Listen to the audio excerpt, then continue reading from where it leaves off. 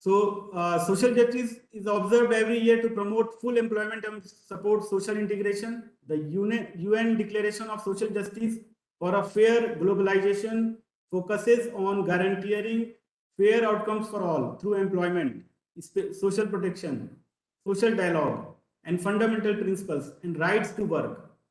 So, considering the importance and solemnity of the occasion, CPT Bhopal is initiating lecture series to propagate the message of importance of this social justice. Every year, one prominent speaker being invited for delivering lecture to express solidarity with humanity and how we should come together and ensure social justice. Now, with this backdrop, I would like to invite, before inviting Director CAPT for the opening remarks, let me introduce him briefly.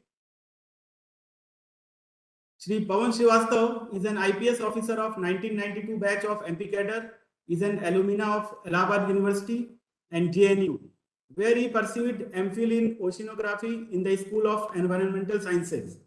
Sir has served in different positions in the state, and on promotion as Additional Director General, he joined a BPR&D and was posted as Director of CAPT in 2017. His professionalism, excellent communication skills, deep knowledge of policing enabled the CAPT to achieve new heights in the field of training. He is an excellent photographer, pursues aero modeling, and has an interest in ornithology. He is an ace swimmer and has captained the MP Police tennis team. A highly decorated officer, recipient of the President's Police Medal for Distinguished Service, President's Police Medal for Meritorious Service, United Nations Mission in Kosovo Peacekeeping Medal. Recently, he has been awarded the prestigious Home Minister's Trophy for his extraordinary contribution in the field of police training. He is also the recipient of the Chief Minister's Pistol for excellent work in the eradication of dacoits. Now, without taking much of time, I request Director Sir to present his address. Over to Director Sir.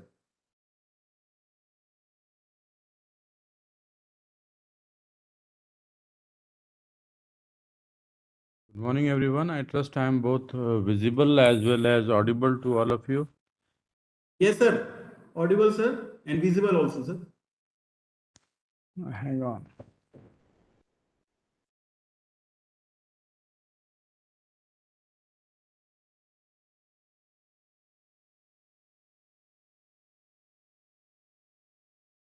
I guess this is better.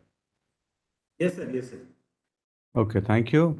I welcome all of you in today's talk on social justice in the digital era. As you would know that the phrase social justice, even though it draws its roots from the Christian theology, but Plato was perhaps the first person to have propounded that. Whatever we speak, the simple meaning of social justice, for me, dawns down to Article 14, right to equality, and right against discrimination, Article 15 of the Indian Constitution. So it only means that socially we should all be equal insofar as distribution of resources are concerned,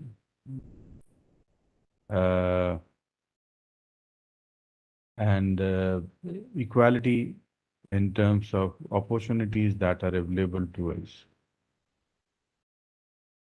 It is a theory that focuses on the concept of fairness in relation between individuals in society and equal access to wealth, opportunities, and social privileges. What is very interesting is in the past about 40, 50 years, this concept has converted into green politics. So that is a different issue which we may discuss sometimes in some other webinar like this. So when we see the Indian society, we realize that there is a tremendous lot of disparity insofar as income is concerned, the exploitation of resources is concerned, simple.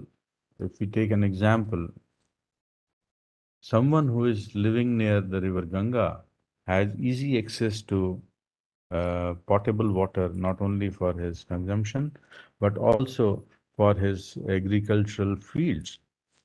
But you come to Bundelkhand, which would be about 100 kilometers away from Ganga, they are only dependent upon rain-fed farming. So water, a precious resource, even though available quite close, is not available to them. So this kind of a disparity we see in the present day scenario, despite us being 75 years old democracy. We also find that despite 75 years of our age as an independent country, still there are villages in this country where people are not allowed to draw water from wells. There are villages and there are people who do not allow certain people to move in front of their house on a bike or on a cycle, or even they are not allowed to walk unless they walk in a particular manner. I will not explain it more to you, but we find that there is a tremendous amount of discrimination still in our societies. So, the Social Justice Department and the Constitution and the onus of equitable access to all governmental facilities and uh, equality in front of everyone is the need of the hour. And now, for the past uh, decade, with the advent of technology, things have become very, very difficult. So we had faced such this kind of discrimination, uh, which was social discrimination in our societies, and then you realize that in the digital world, uh, even though the acceptability has been very, very fast, but I'll cite just an example that in the digital world, 70% of the internet traffic is routed through Google or Facebook. So what does that mean? That anyone whosoever is on, we access internet through our mobile phones. Most of them are Android. We access internet through our desktops. Most of them are Windows, but we Google them. So Google, in fact, has close to about 40% of the internet traffic that is originated by us individuals. So do you find that there is a discrimination there also? It is all dependent upon Google what he serves us. So I mean, there is a tremendous lot of discrimination insofar as digital world is also concerned. So we must understand that we are fighting, we are working, we are fighting for an social environment wherein resources are available to us in an equitable manner. So, this is the reason why we thought it appropriate, even though the Social Justice Day is on the 20th of February, this is a United Nations designated day, but we had been preoccupied with certain other activities during those days, so we couldn't organize this program earlier. So now, 15 days hence, we are organizing this program. Nonetheless, it is not very late. The concept is not very late. And what we are going to listen now is very, very interesting. And not only the concepts of social justice and concepts of social justice in the digital era, but also how to mitigate them would be addressed through this deliberation. So I look forward to a fruitful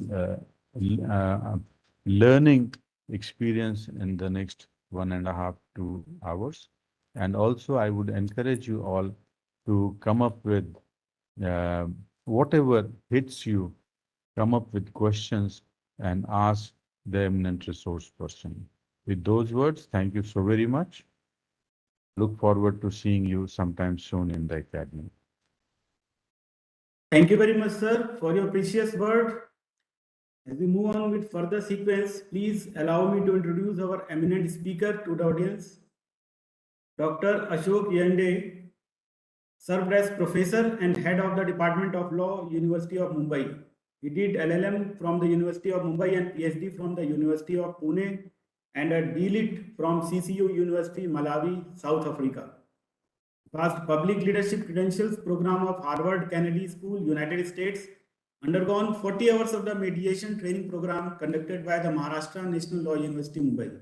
He is instrumental in establishing the University of Mumbai Law Academy. Post-retirement, started law firm and working as managing partner of Yende Legal Associate. With more than 35 years of rich and extensive experience in administration, teaching, and profession, he has headed leading law institutions in the country.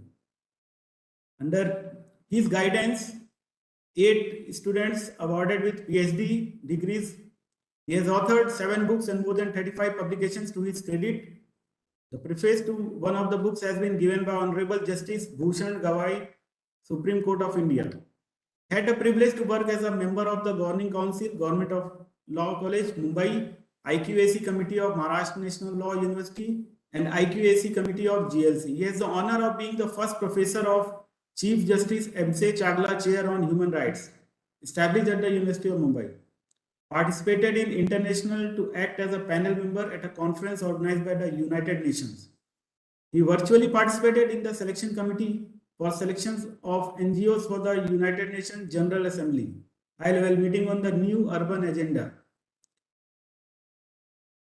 As a president of Global Vision India Foundation in consultative status with United Nations, he participated in projects concerning sustainable development goals of United Nations projects.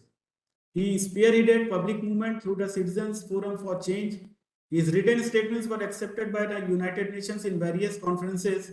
He has been honored with various awards by prestigious organizations like National Award by the International Council of Jurists, Person of Eminence Award by Women's Economic Forum, Mahatma Award 2019 by Live Week Business USA, and recently High Flyers 50 Global Indians 2022 by TV Trade Preview High Flyers in association with Z International. Dr. Yende sponsored the gold medal of the University of Mumbai in the fond memory of his late parents, which is given every year to the student securing the highest marks in the subject of constitutional law in the integrated BBA LLB honors course run by the University of Mumbai. He is a life member of many prestigious organizations. Now, with these words, as Sir is very expert and renowned figure in his field, now I would like to call Professor Dr. Ashok Yende sir for his session. Over to you, sir. Sir, you have joined with 2 IDs. I'm going to give you the presenter right. You can now share your screen. Yeah. Okay. 1 minute. Sir, 1 minute. Sir, 1 minute. 2 IDs, sir. 2 ID. Now I'm giving you the presenter right in this ID, sir.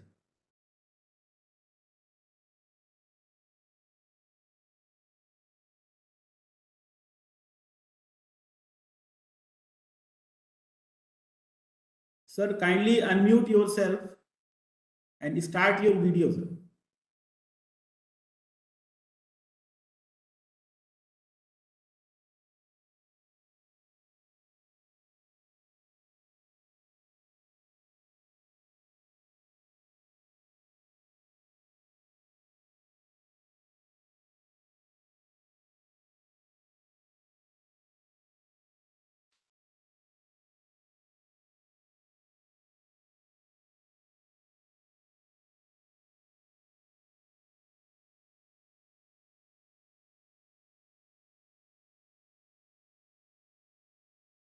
Are you, sir, are you audible? Yes sir, Hello? yes sir. आप start करिए sir. Yes. Loud and clear sir. Yeah, yeah. Ah yes, you are visible also sir. Please start sir. One minute, sir. 1 minute. 1 minute. There was some issue with me. Yeah, yeah. Yeah, yeah. Okay. For sharing, there is a share button at the bottom. Yeah, yeah. You can click there. Yeah, yeah. Sharing, they want. There is a button at the bottom. Yeah. Yeah, yeah. 1 minute, 1 minute.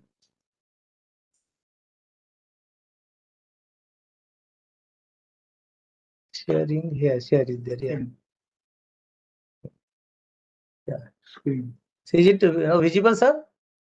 Yes sir, yes sir. It's coming sir. Sir, you can speak sir. It will come. Yeah, 1 minute. Yeah, 1 minute. Yes sir, your computer is visible. Presentation start करिए sir. Presentation को maximize करिए. Please maximize your presentation. वो नीचे है bottom में. हाँ, now it is coming. Yeah. Yes, okay, sir. It's okay. हाँ, So now yes. it's okay. Yeah, can I start? Maximize कर दीजिए. Now it is visible. Okay, okay. So there was issue with my yes, sir. It Okay. is there, sir. Okay, It is sir. there.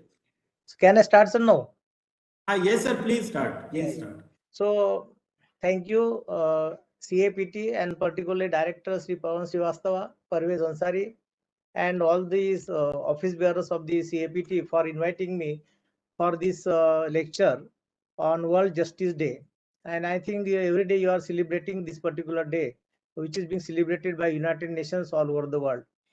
And as rightly said by Mr. Pawan Srivastava sir, that how there is a disparity and with the digital economy, there are two types of the actually justice which I am going to discuss. One is the justice, international justice, here and there are various institutions to impart the international justice. And another, the recent concept, as rightly said by Srivastava sir, is regarding digital justice, because there is a digital economy. Naturally, there will be digital justice. And these are the two types of the components. So coming with the first part, I will deal with the institutions and the machinery which deals with the international justice, because this is a World Justice Day. And secondly, then we'll come to the social justice in the digital economy, or particularly in India.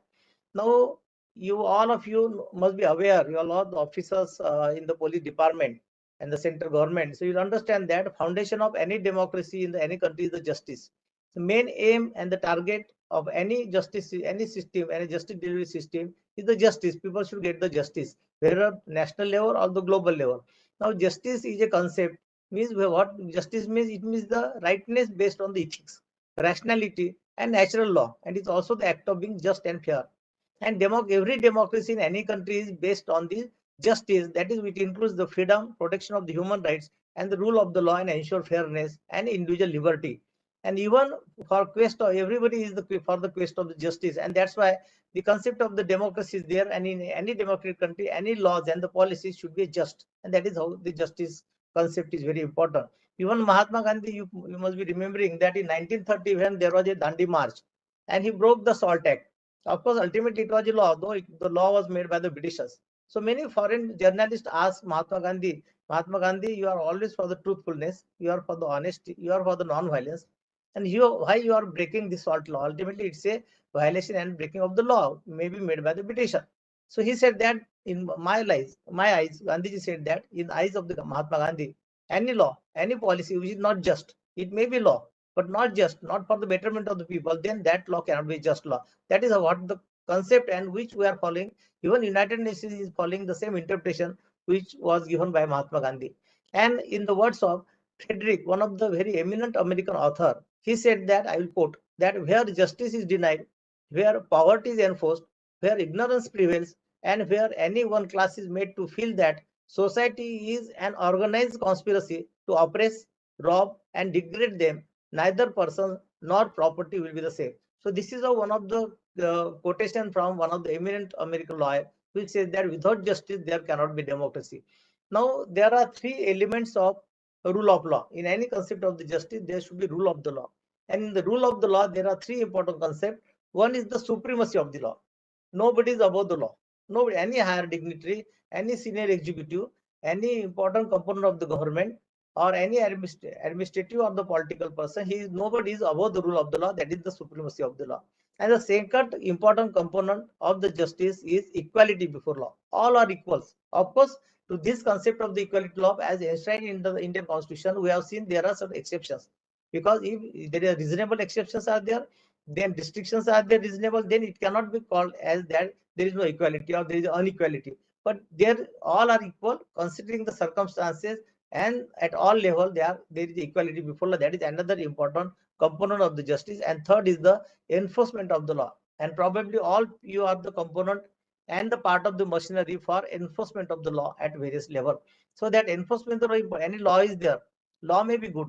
There may be various provisions. There may be various remedies provided under the law, but there is no enforcement machinery. There is no provision for the enforcement. There is no mechanism for the enforcement. Then that law cannot be meaningful, or there cannot be justice like. So these are the components which have been settled universally in any democratic country. Now this World Day of Justice, which you are on 4th March you are celebrating, it was decided in the 62 session of the United Nations in November 2007 that all the countries, because United Nations is one of the body, it is just like a federation where all the member states are there. There are around 194 member states, including India. So we are the member of the United Nations. It is an international body where all the conventions and the decisions taken by the United Nations, it is expected that the member states should follow in their own domestic policies, all the policies. So United Nations decided on the 62 session in November 2007 that they have proclaimed, we call it a proclamation. They proclaim and they decided, they declare that 20th February should be celebrated as World Day of Social Justice all over the world. So every country it is celebrated, may not be exactly on that date, but within near dates we celebrate that as a World Justice. That is how we are celebrating, or maybe CAPT celebrating this World Justice Day in your own institution. And this is also one of the part of the 2030 theme. Now there is one millennium goals which have been established by the United Nations. They are called as Sustainable Development Goals 2030. So up to 2030, that United Nations is planning to implement certain goals. There are around 17 goals, and one of the goals is the justice. That is one of the important component of the SDS. We call it Sustainable Development Goal, or SDG. And these are to be implemented by all the countries, all the member states up to 2030. So it is called Sustainable Goals 2030. And then you'll find that in many of the countries, 1 minute, there's some light disturbance was there. Yeah. And this is how the approach of the United Nations is there. That is how you have to implement World Day. It is expected that all countries should expire. 1 minute. Kindly maximize. Yeah. Some issue. Maximize button top में है sir, top में. Yeah. Well, one Window minute. maximize. 1 minute. Hold on. 1 minute.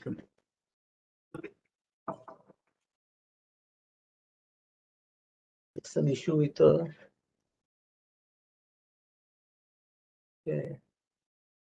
why this is coming like that. Maximize button sir. Yeah, fire button होगा top में. And click on slide show. Yeah. Just click it and then click on slide show.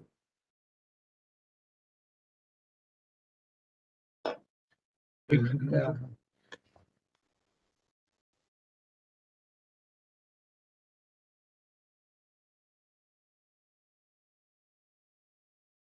It's going like that. You have to close and again start, I think. You can press F5. F5 button. F5 button is at the top. है ना? यहाँ पे. Yeah. It's not coming now. Yeah. Now it's coming. Yeah. So slideshow is coming now. No. So it's coming now. Again. It's not. Now it is there. Yeah. Now it is there, sir. Please continue. Carry on. Yeah. But yeah.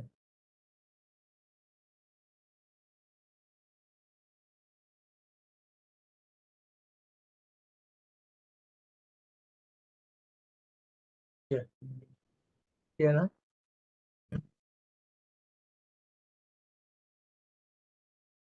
Never.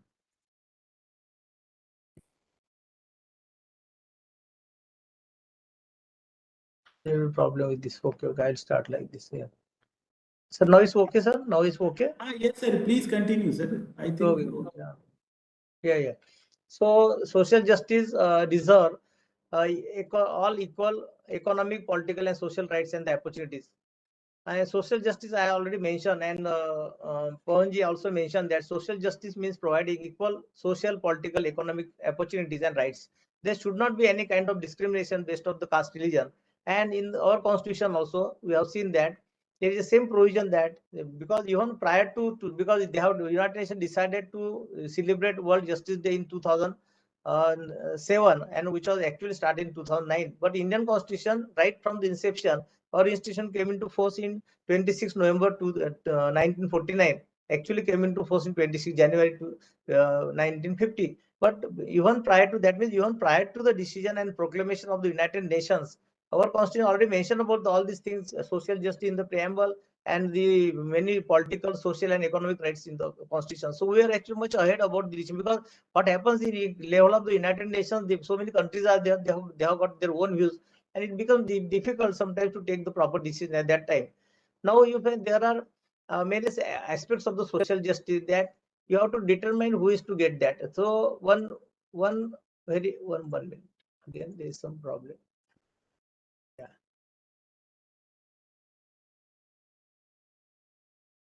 One minute. Sorry. Huh? So who gets, it depends on the four components are there. That is determining who gets that social justice.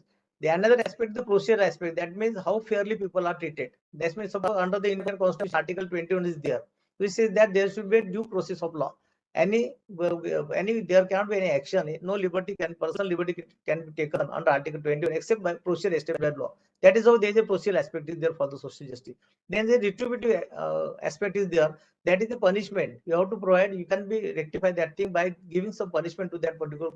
Maybe it may be deterrent like that, so that again people will not commit that particular sort of the offense. Then restorative means you have to restore the person. That is providing the civil action called as compensation. So these are the some of the aspects how you can deal with the social justice. Now, 1 minute. Some actually here some my problem is there's some net problem. Yeah. Then international justice, I mentioned that 2009 actually it was declared, and all the countries are celebrating World Justice Day. Now, in the preamble of the Constitution, I mentioned that there is a justice, social, economic, and political. And even in our own country, Prime Minister declare and our country, government of India declare that every year, 26 November 1949 should be declared as a Constitution Day. Earlier it was a Law Day. Now it is celebrated as a Constitution Day in this country. Now, digital justice, another important issue as mentioned by Pawanji and Parvejji, that digital justice. So now we are talking about the international justice, but another component which is coming along because everything is being digitalized. Most of the economy is based on the digitalization in any country, in developing country. So digital justice is the equitable treatment in with respect to the information, regardless of the race abilities. So even for distribution of the information, there should not be injustice like that. Now, with the in India, all the countries, with the expansion of this broadband connectivity, cloud computing, digital platform, data collection, all these things, naturally they are going to be penetrated some injustices or the disparity like that. Even COVID-19, we have seen actually because of the COVID-19, I will say that there was all this increase of the use of the virtual meetings, virtual platform everywhere, including the education.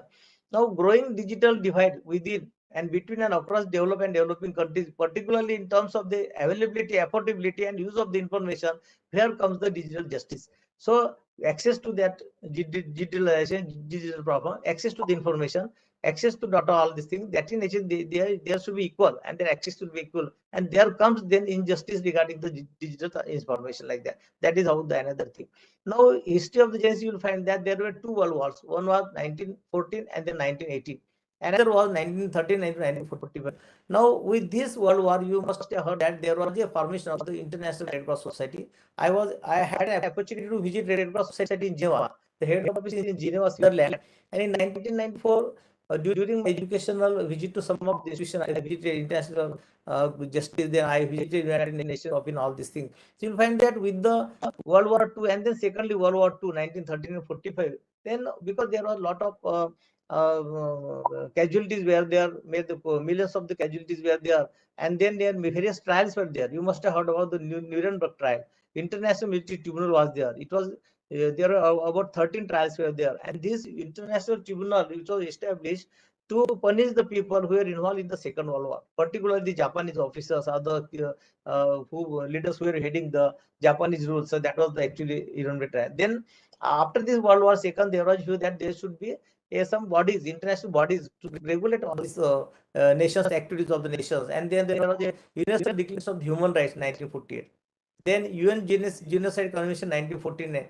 So many conventions were enacted by the United Nations, passed by the United Nations. Of course, it is not mandatory because I told you that we are the member states. There are more than 194 member states of the United States.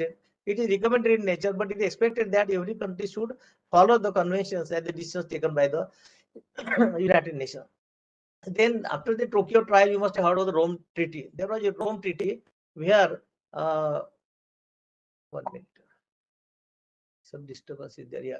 So there was a Rome Treaty, and around the same time, because during the Tokyo war crimes, this Rome Treaty was there, and a treaty to prosecute accused of serious international crimes proposed before the diplomatic conferences in Italy was there. And this Rome Statute was adopted and accepted by 123 countries globally. This treaty led to the establishment of international criminal courts. There are two types of the courts: International Court of Justice, which was established by the United Nations Charter in 1945. This International Court of Justice was established because of the Rome Treaty in 2002. Now, again, 1 minute. Again, there is a distance.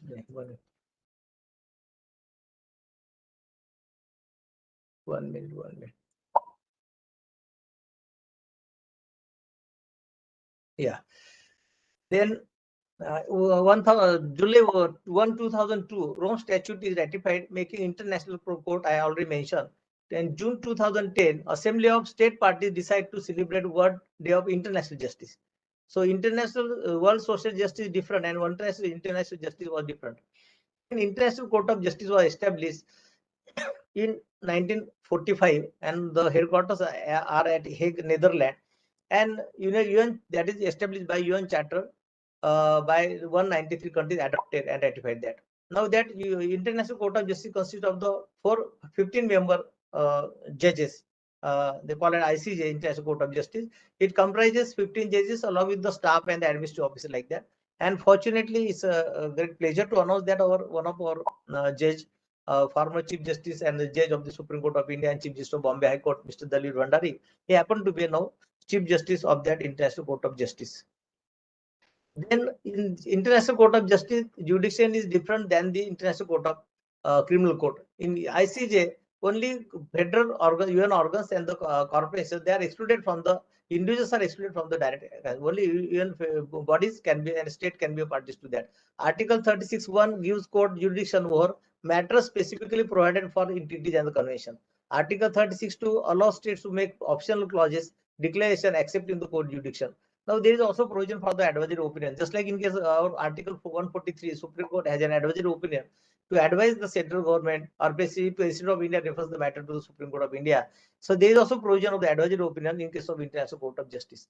Then International Court of International Criminal Court. This is another organ. Actually, you understand that International Court of Justice, ICJ, is an organ of the United Nations. United Nations has certain organs, 7 organs are there, including General Assembly is there, Security Council is there. These are the organs of the United Nations.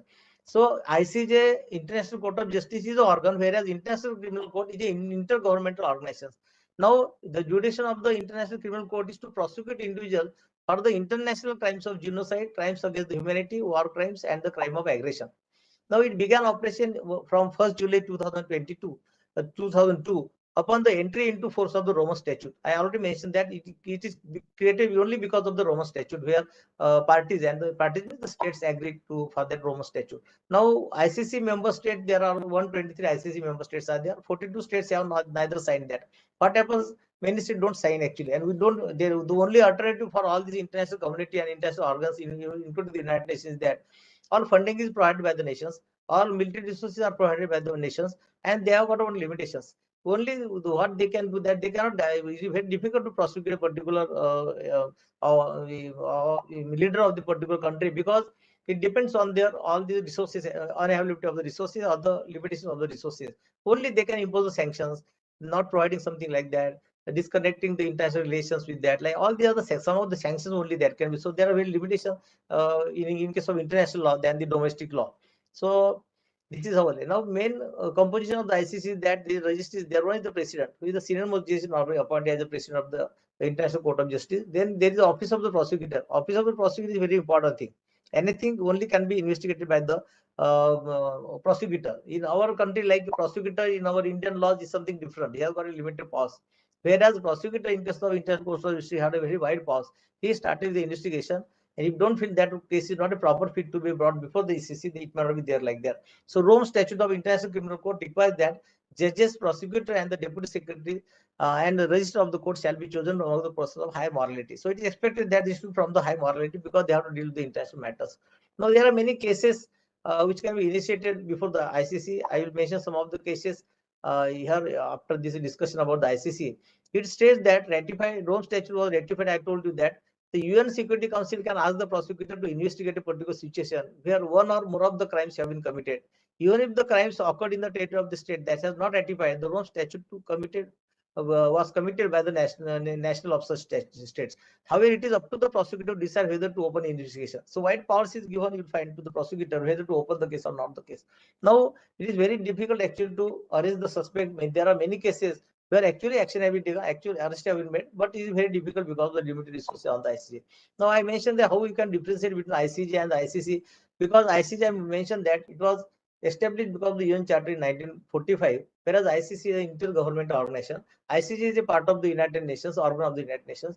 ICJ is an organ of the United Nations that here dispute between the states. So ICJ is basically between the states, whereas the ICC is an intergovernmental organization. It opens the operations into the force of the Roma Statute, and it can deal with some of the individual matters also if they think it's a proper case like that. Now, international and national, I told you that there is a difference between difficulty in the enforcement of the international decisions by the international law. International law is a law which has been adopted by all the states. It depends on the convention, the statute, and the agreements between the parties. Whereas in case of domestic, there are a lot of sanctions are there. There can be prosecution, there can be arrest. You can send it to the jail like that. So, in case of international and international criminal law, there is a lot of limitations rather than the domestic laws. Then I will not the ICC jurisdiction. I will just briefly mention. Then because I have to come to the another important points. The limited, they have the jurisdiction of the genocide. Genocide is defined in Article 6. Crimes against humanity is defined in Article 7. War crimes has been defined in Article 8. Crimes of aggression has been defined in Article 8 bis. Then offences against administration of justice is defined under Article 70 of that. Now these are the what basically the jurisdiction of the ICC has been in cases of the crimes against the humanity as acts. Now Article 71 deals with that. Any act committed as part of the widespread or systematic attack against any civilian population with knowledge of the attack. The article lists 16 such individual crime. Now that I mentioned you that ICC has jurisdiction even in case of individual crimes. Now what type of the individual crimes can be there, like murder, extermination, enslavement, deportation, forcible transfer of population, torture, rape, enforced prostitution, sexual violence, persecution, enforcement, disappearance, apartheid, other human acts. So these are some of the acts which have been specifically mentioned in that particular article. Now, war crimes is listed in Article 8. The most serious of these war crimes, there are 11 crimes which have been mentioned, which results into breaches of that particular Geneva Convention. They are willful killing, torture, inhuman treatment, biological experiment, willfully causing great suffering, destruction and appropriation of property, then compelling service in hostile forces, denying a fair trial, unlawful deportation and transfer, unlawful confinement and taking hostages. Then crimes of aggression, sometimes also called as a war of conquest, that is also a jurisdiction. And last I mentioned offenses against the administration of the justice is also one of. So these are the jurisdictions which have been specifically mentioned into ICC. So ICC may International Criminal Court is available even case of individual crimes, but they have been specifically defined Article the 6, 7, and 70 of this charter of that law. Whereas in case of International Court of Justice, it is basically between the states and states, unless United Nations organ specifically passes some conventions in case of particular dispute. Then recent developments, I'll mention few of the cases. Like in Ukrainian war, there were some cases where Russia has forcibly disappeared some of the civilians. They have forcibly taken some civilians of the Ukrainian civilians and illegally transferred them to Russia. So these some cases are there. Actually, in case of, you must have heard about the prisoners of the wars. So POWs it is called. Even case of prisoners of war, they have certain rights. It is not in all the, even in our country, in the constitution, even some rights have been given to the criminals also. Certain rights, even fundamental rights have been given to the criminals. Similarly, in the international convention, there are POWs, that is prisoners of the wars. So in case of prisoners of the wars, there are certain rights. You cannot torture them immediately like that. There are certain particular regulations are there. So the prohibited under Article 14 and 1 of the 4th Geneva Convention, the Statute of International Criminal Court, there are certain rights have been given. And so you cannot forcibly take the person to your country. You cannot forcibly evict that person to that country. And you cannot act against the civilians. So these cases of course pending and filed by the one of the international NGO. You must have heard about the Human Rights Watch. It's a very big international NGO, and that case is pending before the international court. Now, Russian forces launched a missile attack on some of the shopping centers, hospitals in Ukraine, like that. So they say that it is also against the conventions, and so the case is filed before the international court. Again, it is pending like that. And then there was a dispute between Georgia and Russia. And so in conflict between Georgia and Russia, the first public results of the court 6-year investigation. So it took 6 years for International Court of Justice for the investigation, and International Court of Justice judges, they approved the prosecutor's application for warrants for 3 members of the de facto South Ossetia administration on charges of unlawful confinement and torture and inhuman treatment, and arrest warrants were issued against those particular culprits in that particular case. Then very famous case you must have heard about the Kulbhushan Jadhav case in India versus Pakistan. So one of our prisoners actually, which was detained, which was arrested by the Pakistan, and it was sentenced to death. They declared like that. Neither the Jadhav, Mr. Jadhav was informed about the charges against him. Neither the country, that is India, was informed about his prisoner from his own country. So in case of Kulbhushan Jadhav's case, ultimately we filed the case before International Court of Justice, and you must have heard Mr. Harish Salve, one of the eminent lawyers, senior lawyer, Mr. Harish Salve, he argued the case before the International Court of Justice, and they say that is a total violation of the International Convention. And they said that the Article 36 of this particular Geneva Convention, they say that you have to inform the country that you have been arrested and what is the proceedings are going on, what is the progress of the proceeding, and you have to inform that person individual like that. So all these violations were done by the Pakistan, and they have not followed the convention.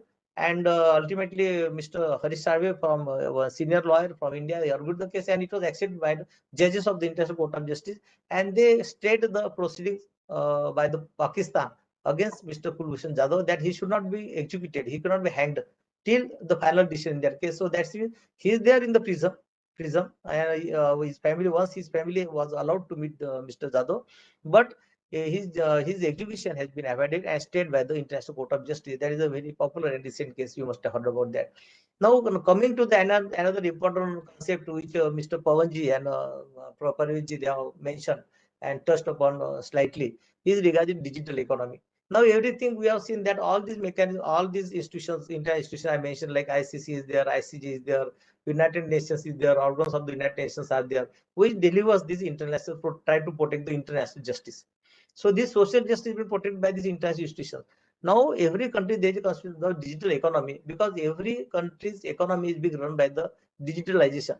And this digitalization includes, of course, it refers to the use of the information to adapt this all these instruments for passing on the information in all these countries. Now, what it includes? It includes digital banking, e-commerce, virtual platform, whether for the education, your administration, or other things, smartphones, the use of the laptops and computers, and all this, all includes it very broad. We can say that includes all these things. We call it digital economy. Now, social justice may affect the economy. Certainly, social justice will affect the economy, but so digital economy, injustice in the digital economy, or social justice with refers to digital economy, has a great impact. It can totally disturb your economy like that. So digital divide, as rightly just now mentioned, that digital divide, that is lack of the access to the information, or which affecting the poor person, vulnerable group, not getting access to the poor people or living the remote villages like that. So it's also one of the injustice, and we can say that this is injustice in case of digital economy.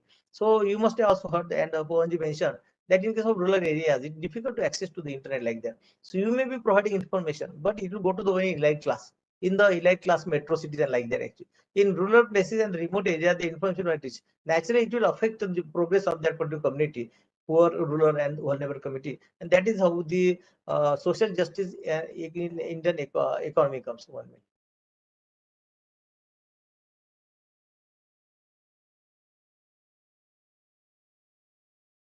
Some issue again. Issue is there. 1 minute. 1 minute.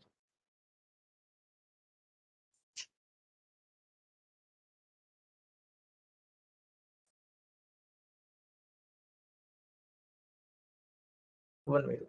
One.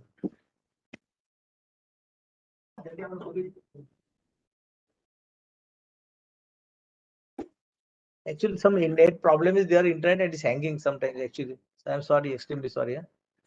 It's not going again. It's not going. It's not moving.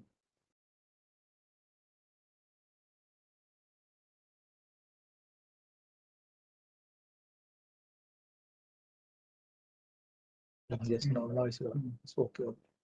Now it's okay. Sorry. Yeah. So now in India, you said that Indian digital program, one of the program announced by the Prime Minister, is one of the flagship and very important program by the government of India and announced recently by the Prime Minister. There is a vision. Prime Minister says that India has some vision to transfer digitally empowered society and the knowledge economy.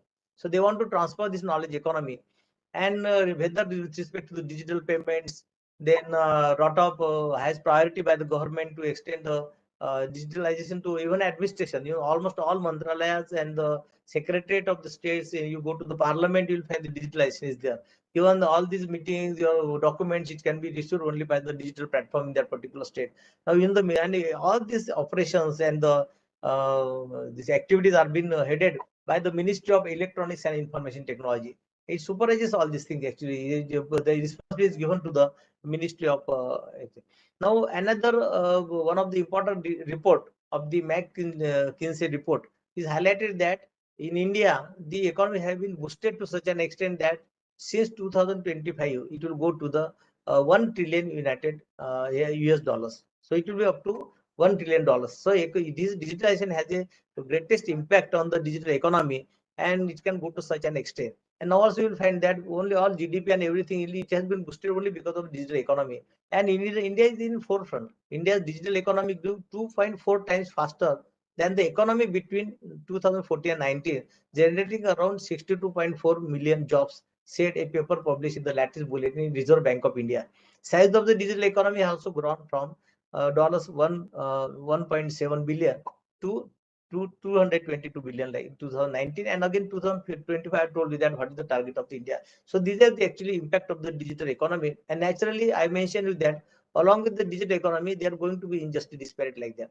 So sometimes some experts say that there is also disparity between income groups, from higher income group to lower income group, because of the digital economy. So their progress is there, because why digital is matters, because there is a competitiveness. It increases your capability. It increases your efficiency in the workplace. It increases efficiency of the administration and the progress. So all these things are there. These are the effects and the advantages of the digital economy. But there are certain issues which has to be addressed, even in particularly in country like India. And so because in India there is a lot of population is there, huge population is there. So both sides, they on one side digital economy required because of the huge population. Another side, what about the marginalized people, rural people, and people who are staying in rural, where there is no internet access. So majority, more than 70% of people, they are using the internet and access to computer. But what about where there is no internet access? Now recently Supreme Court of India also declared virtual hearing. I belong to academics and then now in the legal profession. So virtual hearing has been made compulsory by the Supreme Court. So in all the states at the High Court level and the district level, we have got the virtual hearings. But in many rural courts now, there are complaints are there where it is difficult to listen to that particular or connect to the particular hearing. So then there is disturbance is there, the hearing may not be complete, or that advocate will not be able to have access to that particular intent, and that the hearing may not be there like that. So we have to provide, of course, I understand that there are many difficulties, and because of the population and other constraints and resources constraints are there, and government is doing these best, it may certainly it will take some time, but these are the constraints. Now, connecting the country together allows for greater access to the benefits and the opportunities of a modern economy to a larger number of citizens, thereby bridging the economic divide. Now, globally we are coming together. Now, I am connected with you. I am talking with you. I am in Mumbai. I am talking to you in Bhopal. So I am virtually connected. So this is how divide is being minimized. We are coming together, not only in India, not between states in India, but all over globally. Many times I used to connect with the United Nations. Some conferences are there. I happen to be some member of some of the panel member discussion. Then I used to connect from here. I used to connect from Mumbai to New York, where the meeting is in New York, headquarters of the United Nations. So that is how, because of the digitalization, we are coming together, and we are minimizing the gap between the people and the countries as such. Now, further, the adoption of advanced technologies such as in artificial intelligence and machine learning, and particularly blockchain, I will come to that point. Cloud computing, amongst others, will improve the efficiency of the Indian businesses. So all these things will increasing efficiency of the people. Firstly, because all the work is being done. Even in India, or particularly talking about the Indian justice system and judicial system, recently Chief Justice of India, Dr. Dhananjay Chandrachud, declared that all courts will be connected. All courts will be connected. All judgments will be immediately available. What will be the judgment given by the Supreme Court? So it will have more access to the judges, more access to the judges, even in courts from the official areas. So there will be uniformity naturally. They will understand what judgment is given by the Supreme Court. In our times, it was a lot of time. It used to take 1 month, 2 months for understanding or receiving that copy of the judgment. Naturally, there was no uniformity in giving the judgments. So this digitalization certainly at all level, whether education level, police department level, or your judiciary justice delivery system level, certainly it has made a great impact. But another thing is that social justice in digital economy is equally important. If there is no social justice in digital economy, there will be progress on one side, but it will be restricted to a particular class. It will be restricted to elite class who are more educated, who are more efficient, and then criminals will be, they are more, sometimes it is said that criminals are more intelligent sometimes. They may be uneducated young people, young children who are involved in the offices, who are involved in the cyber crimes like that, but sometimes they are more intelligent. They can use the economy for these criminal activities more efficiently than we people. We have got many limitations. We have got rules and I understand you police people are there. You have got so many rules. You have got police manual. You have the police act is there. So many rules are, so you have to act within the parameters of the law. Criminals don't have limitations, so they can go to any section. Sometimes they are so fast, so these are the limitations. So criminal economy, this digital economy or digitalization has got some advantages, but then we have to take certain care also, so that there should not be this other black side of that particular. That is bound to be everywhere, not only digitalization. So machine learning is another important aspect. They will understand that in India, Aadhaar card government has already taken the steps, like Aadhaar card is there. Every Aadhaar card is to be linked to the banking.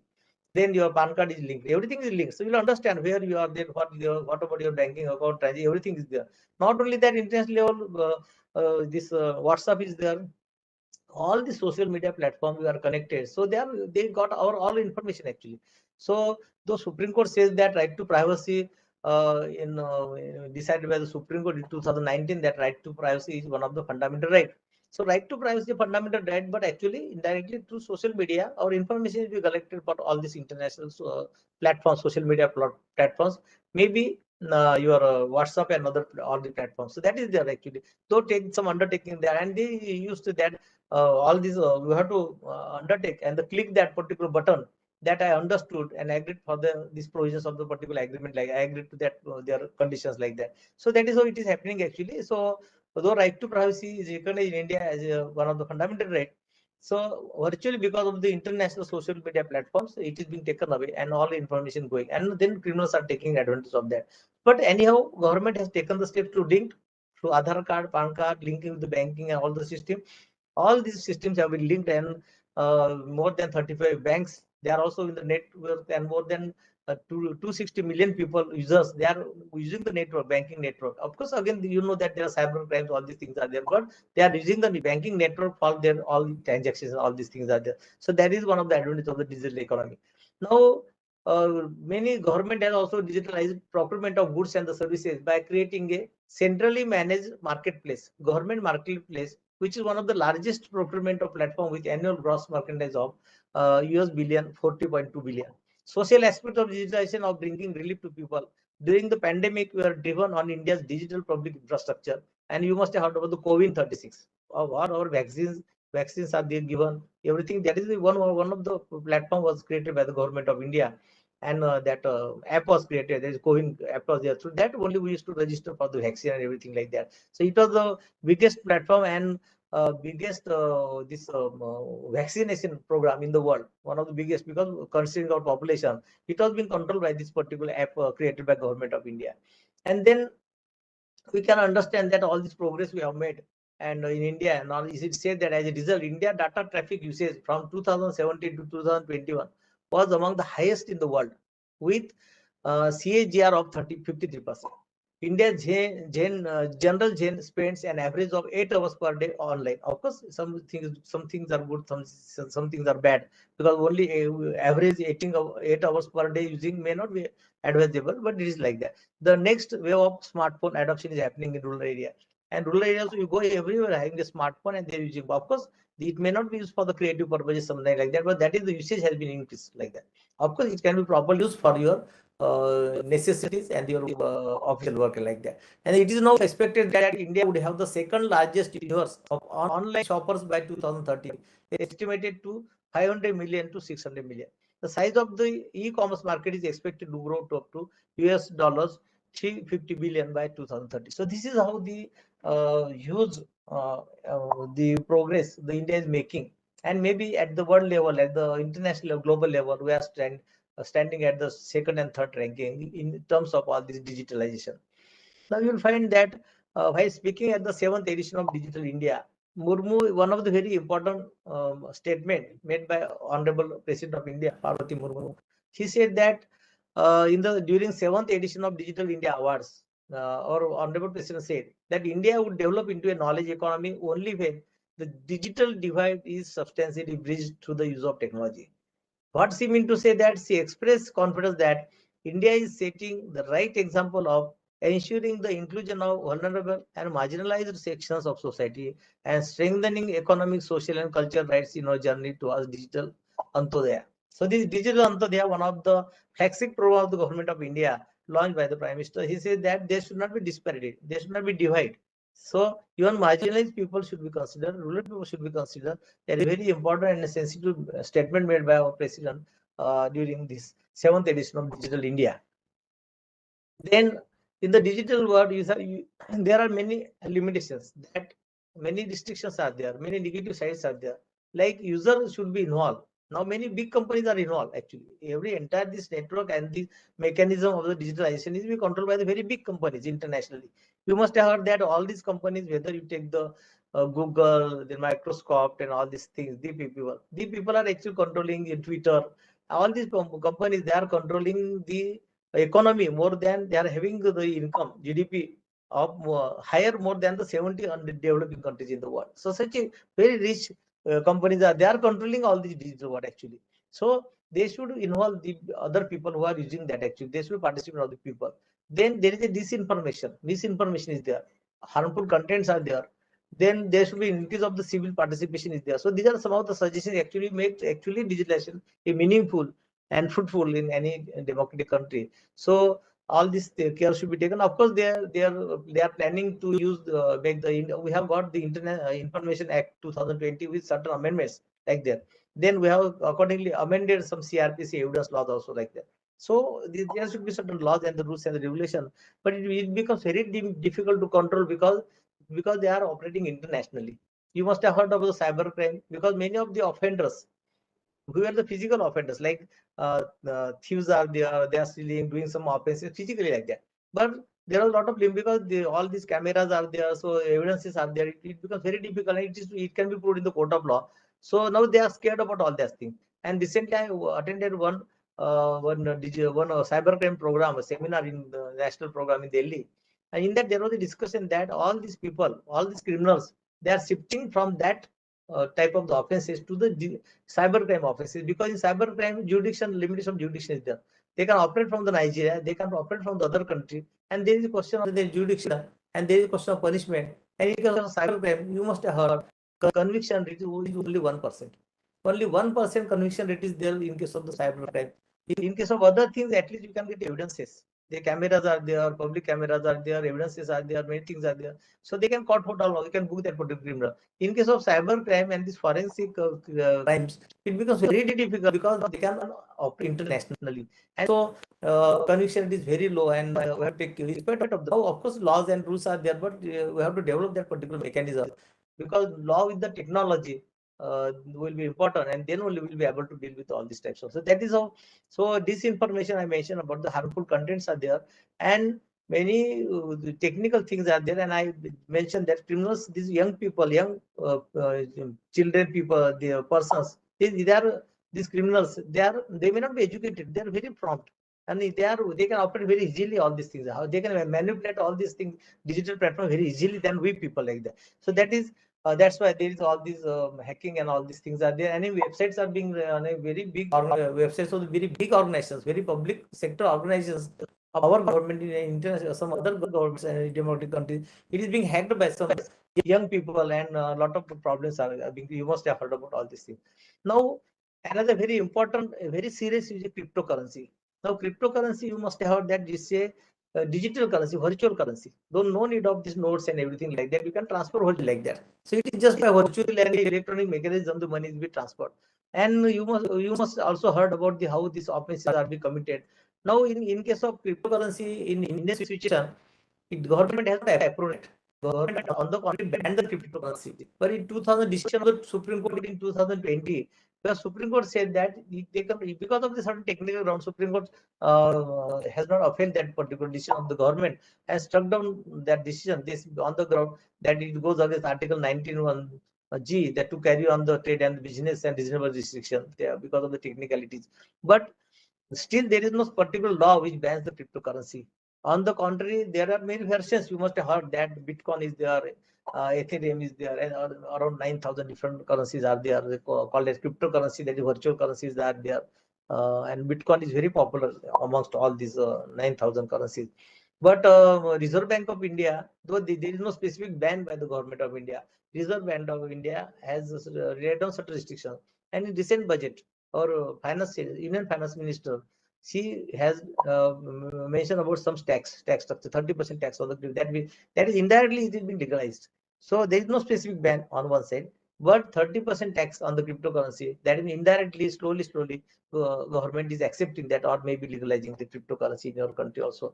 And I mentioned you that Supreme Court, though not specifically banned, but the Supreme Court, that particular ban issued by the government of India has been struck down by the Supreme Court on the ground of the constitutional validity, that is Article 91G, and there no other alternative is provided by the government, and it is an unreasonable restriction. That is how some of the constitutional aspect and the technicality Supreme Court has struck down that. But there is a cryptocurrency bill 2021 which is pending before the Parliament, which is still in the process, and it may take a while for open the consultation. It will take some time actually to passing the bill.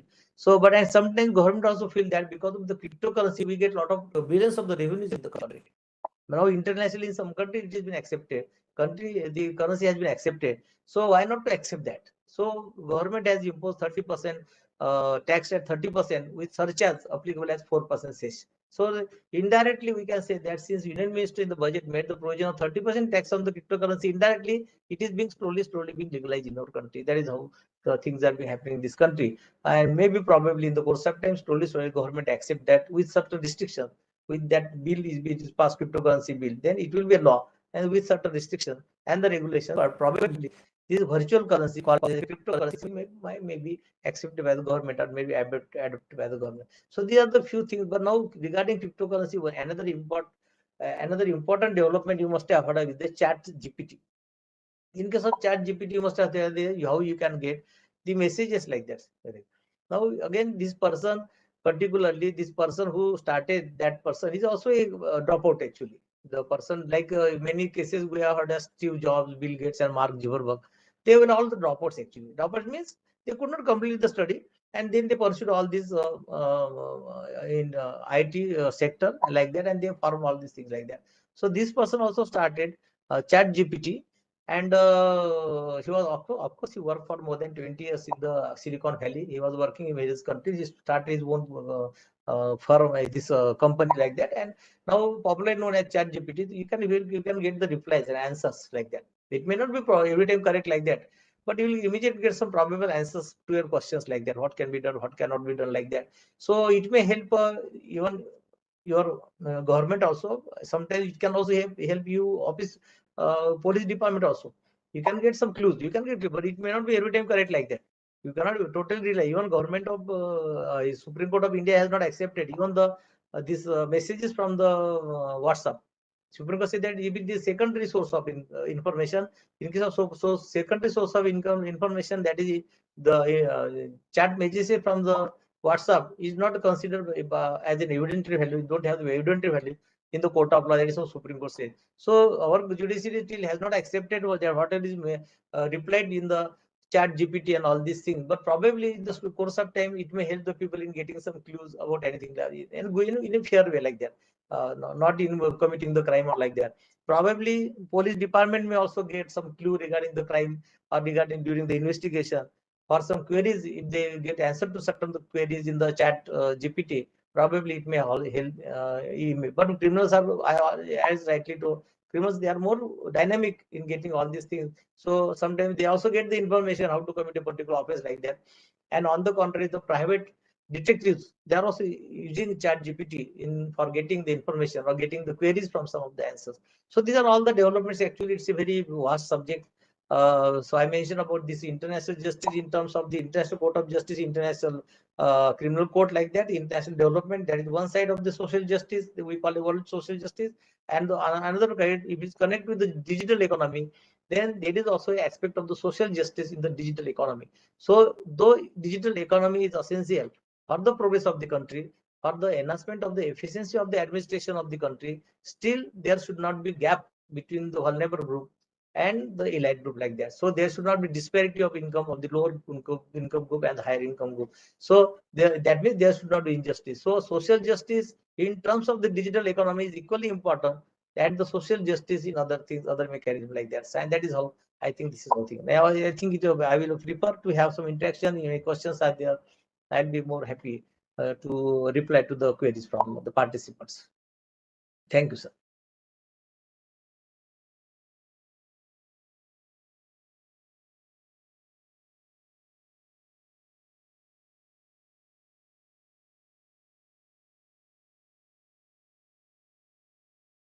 Now the house is open for question answers. If you have any question, please unmute yourself, ask a question, and again mute them. And also you can raise hand. आपके पास अगर कोई सवाल है, कृपया पहले unmute करें, सवाल पूछें, सवाल पूछने के बाद उसको फिर से म्यूट कर दें. अदरवाइज आप चैट बॉक्स में भी सवाल लिख सकते हैं. Now I request from Professor Dr. Ashok Yonde sir. Yeah. Please look into the chat box also. Maybe अगर कोई नहीं बोल पा रहे हैं तो वो chat box में सवाल लिखेंगे. Yes, yes, yes, sir. Yes, sir. Yes, surely, sir. Yeah.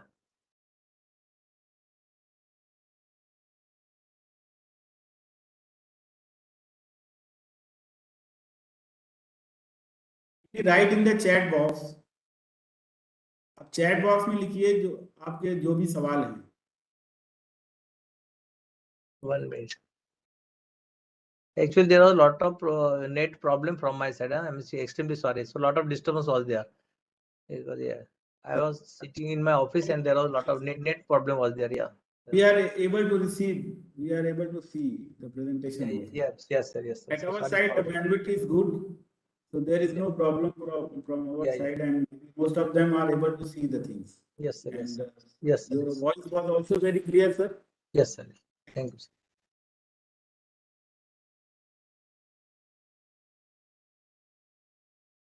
So if anything is there in the chat box, please read. You can read out, sir, please. Yeah. Chat box में देखिए sir, please. No, if you can read out from chat box, that will be better, because again there is a problem with me. Yeah. There are a lot of inconsistencies or issues vis-a-vis the cryptocurrency as far as the India is concerned. Especially concern is with regard to the national security issue, wherein we don't have any security or whether parameters which can have a control on the cryptocurrencies. So what's the way to deal with this issue of cryptocurrency? And that's why I mentioned that cryptocurrency bill is still pending in the parliament. Now, again, either bill has only, unless the bill is passed, it will not be clear. Secondly, in the budget, we have mentioned 30% taxation from the cryptocurrency, income from the cryptocurrency. That means virtually, indirectly, we are permitting the cryptocurrency. And then internationally, it has been originated internationally, judicially international from various countries. So it means like that there is no domestic law. So really difficult to control. Sir, I think in my opinion, it will be difficult to control all this thing. Yeah. It is something, some particular law and the regulations are being passed by the government of India. Okay, sir. Yeah.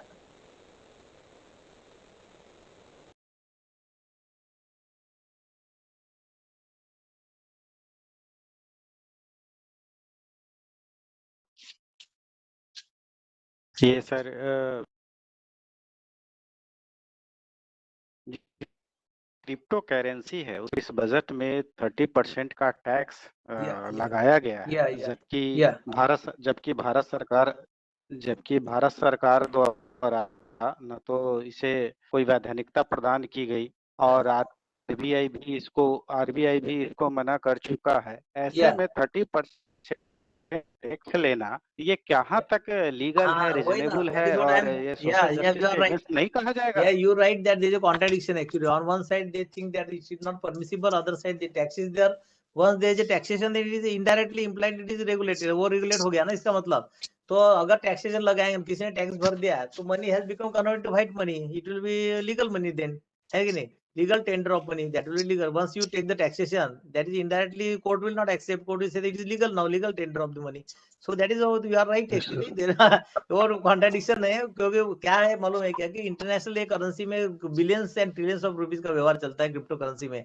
So on one side government must be feeling that scared of losing the money, billions of the rupees ultimately, and then that is how they must be balancing all these things. I think that is how I feel. Yeah. Thank you. Yeah.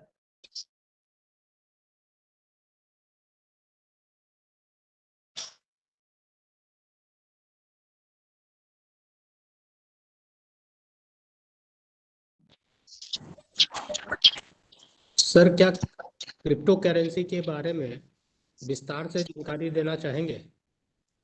अभी वो next some other lecture will keep for that. या क्योंकि मुझे जहां तक लगता है कि क्रिप्टो करेंसी के माध्यम से फिजिकल मोड ऑफ करेंसी जो है, तो वो क्या एक हाथ में सेंट्रलाइज नहीं हो जाएगा? नहीं, वो they will probably slowly they may legalise. मुझे ऐसा लगता है कि government will slowly legalise because it involves billions of the rupees at the global level, international level, and international transactions. Some countries have legalized that. अब जो countries में legalize किया crypto currency, we cannot say that we don't want to send goods or services or export and import things. So मुझे लगता है slowly it will take the form of the virtual currency. It is bound to happen in digital. All the digitalization जो चल रहा है ना, उस हिसाब से मुझे लगता है कुछ ना वही होगा जाएगा. सब पूरा चेंज होने वाला है ना. अभी चैट देखा आपने, सोचा नहीं था अभी अपन, और चैट जो आ गया अब, नहीं क्या? हाँ, तो ये सब चीजें अभी सब होने वाले, सब चेंज होने वाले पूरा. And sometimes government has to act to international pressure, global requirements are there, the relations with the international countries, global other countries. So I think they slowly they'll accept it. Yeah. But then along with that, I mentioned that lot of crimes and other things are there, illegal transactions will be there. It will be difficult to control legally, क्योंकि judicial international रहेगा ना. वहां से Nigeria से कोई काम करेगा, उधर से काम करेगा, उधर से. अब हमारे तब एक मैटर आएगा, 3 करोड़ उसके क्रिप्टो करेंसी के चले गए, जहां से गया उसका ओरिजिन था यूनाइटेड स्टेट्स ऑफ अमेरिका. अब यहाँ से कोर्ट क्या करेंगे, यहाँ से पुलिस वाले वहां क्या करेंगे, ये सब प्रॉब्लम है ना. बड़ा दिक्कत का काम है, लेकिन क्या करे भी ऐसे. कोई भी क्रिप्टो करेंसी जो जनरेट हो रहा है और मार्केट आ रहा है, वह तो गवर्नमेंट के द्वारा डेवलप किया हुआ है नहीं. ये तो all are in private hands. ये प्राइवेट हैंड्स में, सब ज्यादा से ज्यादा प्राइवेट हैंड्स में. पूरा कंपनी जो international social media, you know, all private companies. You can understand. देखो गूगल हो गया, ट्विटर हो गया, Microsoft, they are all private companies, they are not government companies. They are government, private companies controlling the economy of the world. ये problem है, तो क्या करें? सर जस्टिस तब तक जस्टिस नहीं है जब तक कॉमन आदमी को ना मिले, और ये जितने भी डिजिटल इस तरह के क्राइम्स हो रहे हैं वो सारे इंटरनेशनल फॉर्म्स के द्वारा हो रहे हैं जो अपने लिए काफी बड़े बड़े लॉयर्स रखे हैं. तो how it can be sure that a common people get the justice? Yeah, it will difficult. I accept that. I totally support and accept that it is difficult to get justice because बड़े लोग, बड़ी economy, बड़े लोग, बड़े lawyers सब रहेंगे, तो naturally I frankly admit that it is difficult to get justice to the common people. Practically speaking, वो किताब भी ठीक है, लेकिन practically speaking it is difficult to get. Secondly, sir, government should take measures so that the laws can be known to all common people, because most of the people are not aware of the laws that नहीं, are ये वो formed. दूसरा law में ऐसा है sir, law में ऐसा problem है कि law is one thing, knowing law is one thing and actually implementing other thing ना. उसको जैसा अभी आप किसी ने बताया कि लॉ को इम्प्लीमेंट करना है, कोर्ट में जाना है, एडवोकेट लगाना है, वहां आर्ग्यूमेंट करना है, लॉ का इंटरप्रिटेशन करना है. सो लॉ सिर्फ मालूम होने से नहीं होता कि लॉ इतने कॉम्प्लेक्स है कि कॉमन आदमी को पता भी चला तो उसको लॉयर की तरफ जाना पड़ता है. फिर कौन सा छोटा लॉयर बड़ा लॉयर हो गया, फिर उसका इंटरप्रिटेशन हो गया. तो एक्चुअली सिर्फ लॉ मालूम थोड़ा जरूरी है, मैं ऐसा नहीं बोलता, लेकिन लॉ जरूर होने के बाद उसके सिस्टम कॉम्प्लेक्स नहीं होना चाहिए. सिस्टम कॉम्प्लेक्स रहने से कॉमन मैन को जस्टिस मिलना मुश्किल हो जाता है. फिर इसी क्वेश्चन ऑफ इंटरप्रिटेशन, इसका अर्थ क्या है, उसका अर्थ क्या है, ऐसी सब चीजें हो जाती है. तो जैसा किसी ने भी बताया कि बड़े सिस्टम, बड़े लॉयर, बड़ी इकोनॉमी, तो उसमें रिच पीपल जो रहे they are always in strong position ना नेचुरली. इसलिए वो लॉ के वजह सिंपल लॉ होना चाहिए, कॉमन आदमी को मालूम होना चाहिए, it be able to implement. Common आदमी को इम्प्लीमेंट करने के लिए इजी सुविधा होना चाहिए, कोई भी कहीं पे वो चले जाए. ऐसा प्रैक्टिकल नहीं होता है, ये problem.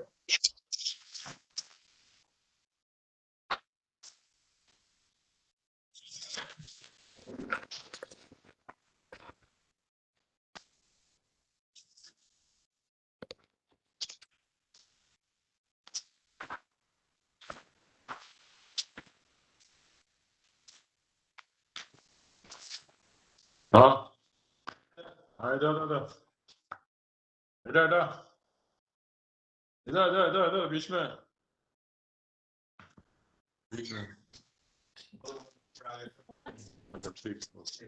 Request from speaker to kindly address the questions written in the chat box also.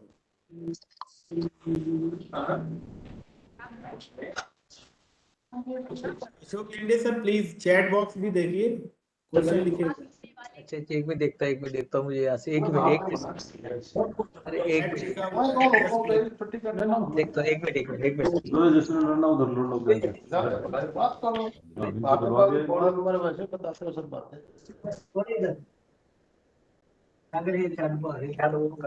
अरे only 1 minute, I will open that chat box. Chat box open करो.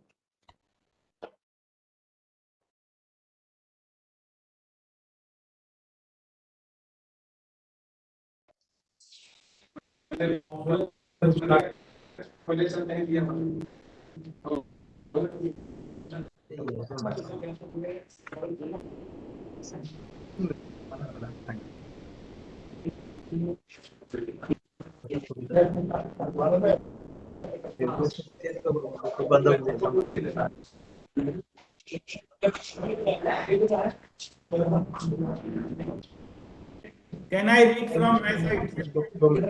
You are not able to see. Yeah.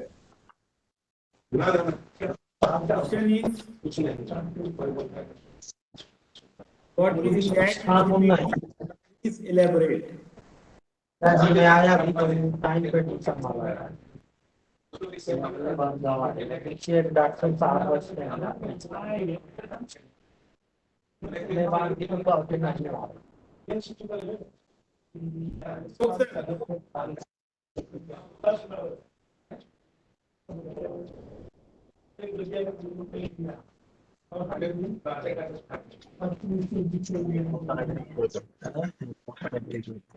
Net issue है sir, net problem है, क्या net issue.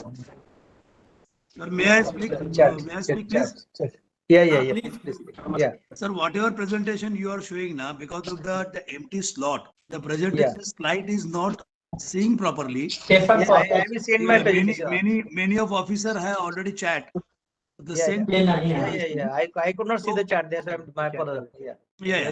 So what we should require to do is minimize and then maximize the slide. Okay, That okay, will be okay. clear.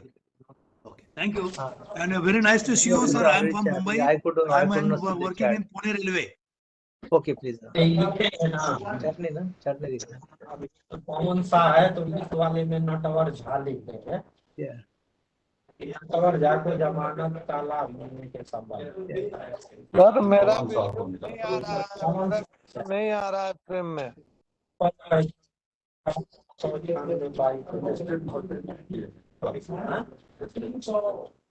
अरे भाई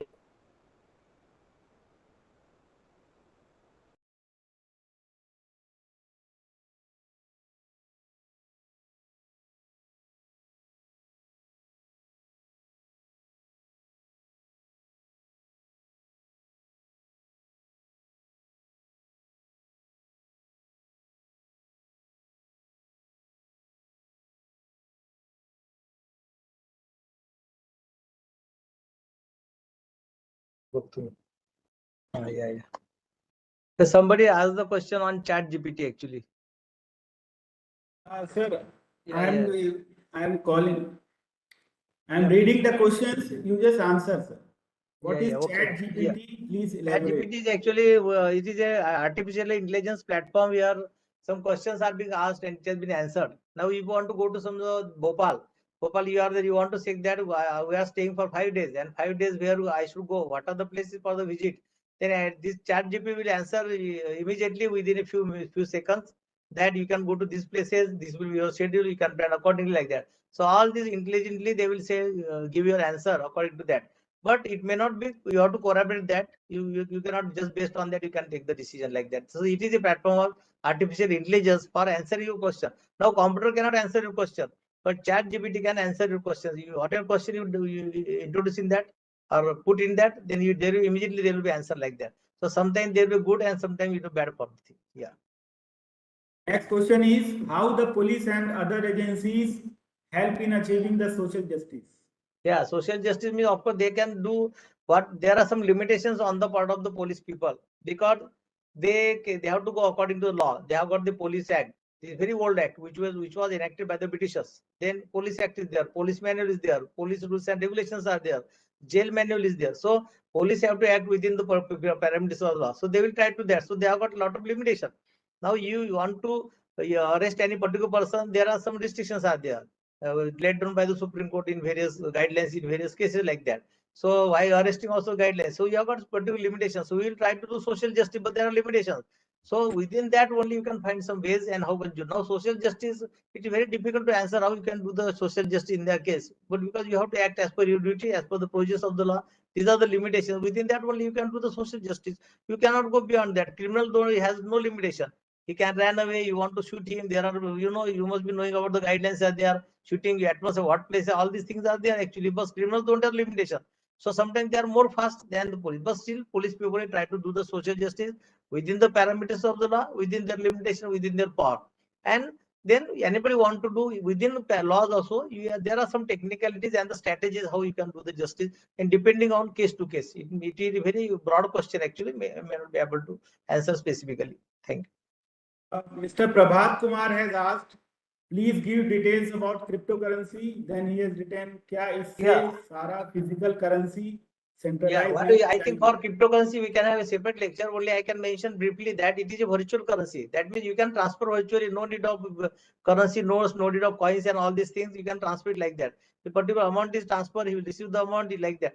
And then there will be international level, there can be all this record, they will maintain all this record and everything like that. So it is virtual currency through computer, through mobile, you can send the money like that. It's virtual, no need of the coin and notes and like that. That's why it's called a digital currency also. It is also called a virtual currency also. That is the cryptocurrency actually. Yeah. Next question is, what are the measures to give widespread of laws made for digital payment as common people are not aware of the digital laws? Yeah, digital, I told you there are a lot of limitations. In India, there is only one law, Information Technology Act 2020, that is the only law. And 2010, that is the only law, Information Technology, with certain amendments in the CRPC Evidence Act like that. Now cryptocurrency also there is no law. I mentioned that cryptocurrency bill 2021 is pending before the parliament. So unless there is specific law and rules are there, it is very difficult to deal with the virtual payments and the digital payments, and that's why there are so many steps. Now there is another law within the international information technology law. There is a cyber crime provision of the cyber crime and cyber security. There are certain offenses have been mentioned about the cyber crime and cyber security. But I already mentioned that there is only 1% conviction rate in India about the cyber crime and cyber security. So either you have to make more laws and rules and regulations, you have to appoint technological person, not only police people. Along with the police people within the police force, you have to appoint some engineers, some technological person who can guide the police officer. Only police officer will not be able to do it because these are the technical things actually, all these technical things. So only police officer will not be able to do justice in these cases. They have to act along with the technical persons in all the police stations, and that's why there is a specific forensic police stations are there in many places. In India also, in some states there is cyber police station called as. So in some states there are cyber police stations specifically along with the police officer, some technological person is there. Then they will be able to identify and locate the offender. Otherwise, it becomes very difficult. Yeah. Next question is, what is the role of public prosecutor in ensuring social justice in digital economy? Social justice means he should actually sincerely and honestly should help the government, because in court of law you must have seen that everything depends on the probability of the evidence, and evidences can be manipulated depending on the person to person, depending on case to case. So it is the duty of the public officer to assist the government and the police person in identifying the person, in booking the criminal, like that. So he should honestly work in that case, and he will be able to do the justice. So that is his role actually, to support the government, to support the police machinery in the enforcement of the laws. Thank you very much, sir, for addressing the queries of the participants, and you have taken the queries also. Now, for vote of thanks, I would like to call Shri Amit Atud, sir, Assistant Director. Over to you, sir. Yes, sir. Atud, sir.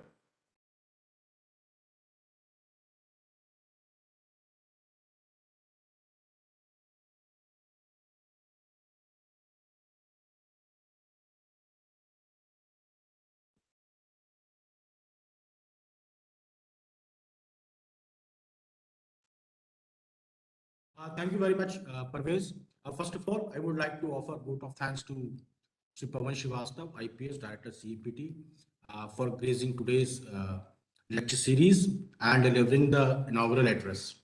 And on behalf of Director CEPT, I convey my gratitude to Dr. Ashok Yende, Head of Department of Law, University of Mumbai, for excellent and meaningful session in this lecture series on social justice in digital economy.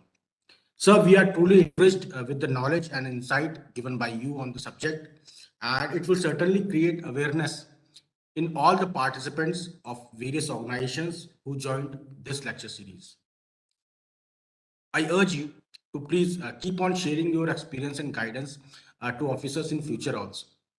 I also want to thank all the participants for sparing your valuable time and active participation in this online lecture series. And it is an urge for you all to please be participants for our future events also.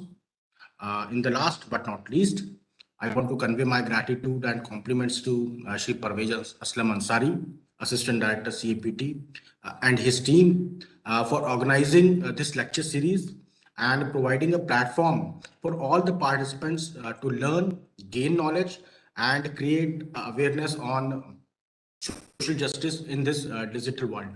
Thank you. Thank you very much. Jai Hind. Thank you very much, sir. And in the last, I would like to extend my heartiest thanks to everyone who has joined. Please stay connected through WhatsApp or through other medium, through mobile. If you have anything to ask, if you have any queries, if you want to share your views, you are always welcome. So thank you all. Thank you very much, sir, for your presence. Thank you, sir, for inviting me and giving me the opportunity to interact with all your police officers. Thank you, sir. Now we are closing this. Yes, sir. End meeting for all.